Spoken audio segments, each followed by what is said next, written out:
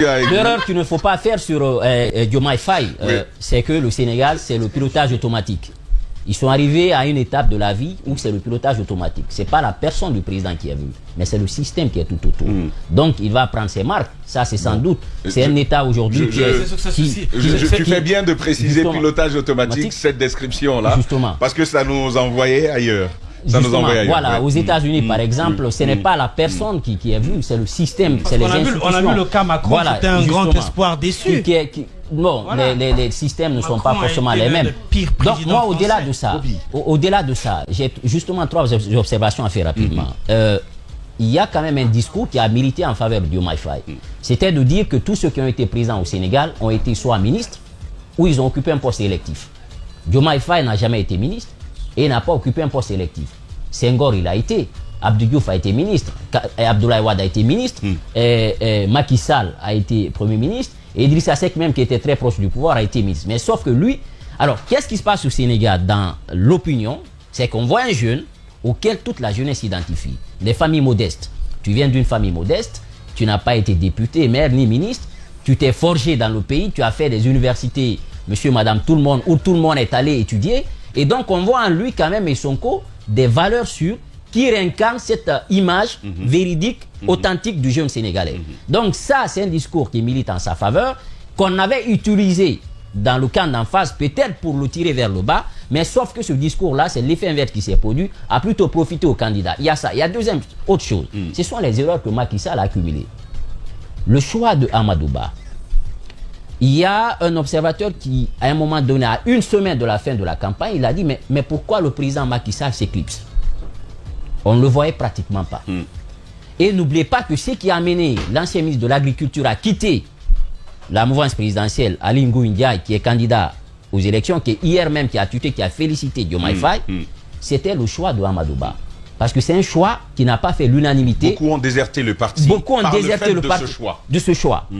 Et donc, la première erreur, c'était de ne pas intégrer cette dimension socio-culturelle au Sénégal. C'était de dire, bon, le Sénégal, c'est le Wolof. Vous avez l'impression que c'est une entité homogène, mais sauf que vous avez quand même des ethnies. C'est comme la Guinée, il y en a plusieurs qui quand même ont un débat parfois qu'on ne peut pas encourager, mais c'est une réalité. Donc ça a échappé au président. Aly Ngouille Ndiaye a quitté, certains aussi ont quitté le navire pour dire c'est un choix qu'on ne peut pas adouber et nous on n'est pas d'accord. Parce que nous on pensait qu'il y avait des hommes encore plus valeureux politiquement qui pouvaient porter le flambeau. Oui, c'est un technocrate, oui, c'est un technicien, mais ce n'est pas un homme politique. Et l'image qu'on lui prête, c'était de dire c'est un fonctionnaire milliardaire. Il est trop riche pour écouter très bien le Sénégalais d'en bas. Donc, le choix n'a pas aidé. Il a été abandonné par la mouvance présidentielle. C'est ce qu'il faut dire. Regardez, même lors de la campagne, vous avez l'impression que la coalition Bonabok Yakar n'était pas avec Amadou Ba. Donc, ça n'a pas aidé. Il y a aussi l'ombre de la France qui plane. Amadou Ba, c'est quand même l'artisan du projet Sénégal émergent 2035. Que Macky Sall est en train de dérouler. C'est Amadou Ba qui, quand même, a réfléchi avec son équipe. Il a mis ça en place. C'était la continuité. Et donc, il a la confiance de son mentor, mais sauf qu'il a été lâché par la base. Et Karim Wade allait être la carte sur laquelle on allait jouer, mais sauf qu'on a vu la Cour constitutionnelle, puisque les institutions sont fortes au Sénégal, la Cour constitutionnelle a recalé sa candidature à cause de sa double nationalité. Donc, ça fait que les cartes que Macky Sall pouvait détenir dans l'ombre, il a perdu cette carte-là.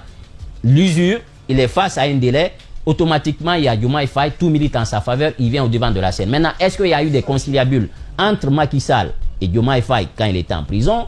Est-ce qu'il y a eu des négociations en amont, sachant que la France a beaucoup d'intérêt au Sénégal?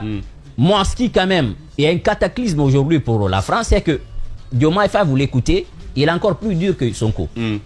Est-ce qu'il va se raviser une fois au pouvoir? C'est la question que l'on se pose. Parce qu'il a un discours contre les multinationales. Il a un discours contre le franc CFA. Il a un discours contre la France. Il s'en défend par ailleurs. Il s'en défend. Et lui et Sonko, ce n'est pas un discours contre les multinationales, nous disent-ils, pas un discours contre la France, mais c'est un discours qui appelle à revoir le type de collaboration qu'ils ont. Il parle de panafricanisme. Et la France n'entend pas ça de bonne oreille. Il parle de panafricanisme socialiste. Bon, justement, c'est ce qu'il dit, c'est un néologisme qu'il a mis en avant. Il dit c'est un panafricanisme socialiste.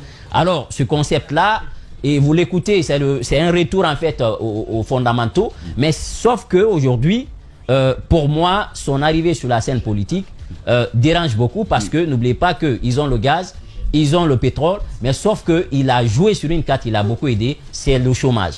20% de la population est au chômage, l'exclusion fait du secteur informel et ce sont les jeunes qui sont touchés. Aujourd'hui, il est vu comme le candidat de la jeunesse. Ils disent que la jeunesse aussi a son candidat.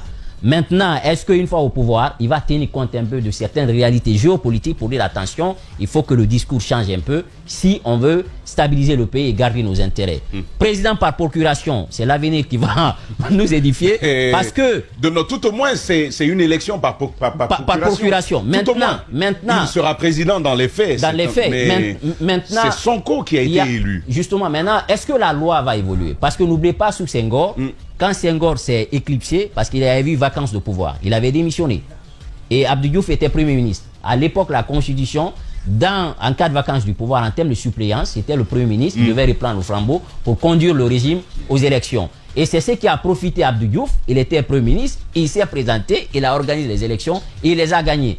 Est-ce que, à date, on sait que dans la nouvelle Constitution, c'est le président de l'Assemblée, en cas de vacances du pouvoir, qui reprend le flambeau. Est-ce que Sonko sera président de l'Assemblée? Est-ce qu'on va revenir à la loi les élections pour l'Assemblée, les élections, c'est 2026. 2026. Voilà. Est-ce que c'est la primature qu'on lui confiera? Qu'on lui confiera. À mon avis, c'est le plus plausible. Juste pour changer la loi et donner la suppléance au Premier ministre. Cela dit, le programme de Sonko, c'est un président et un vice-président. Ce qui impliquerait une modification de la Constitution. De nouveau.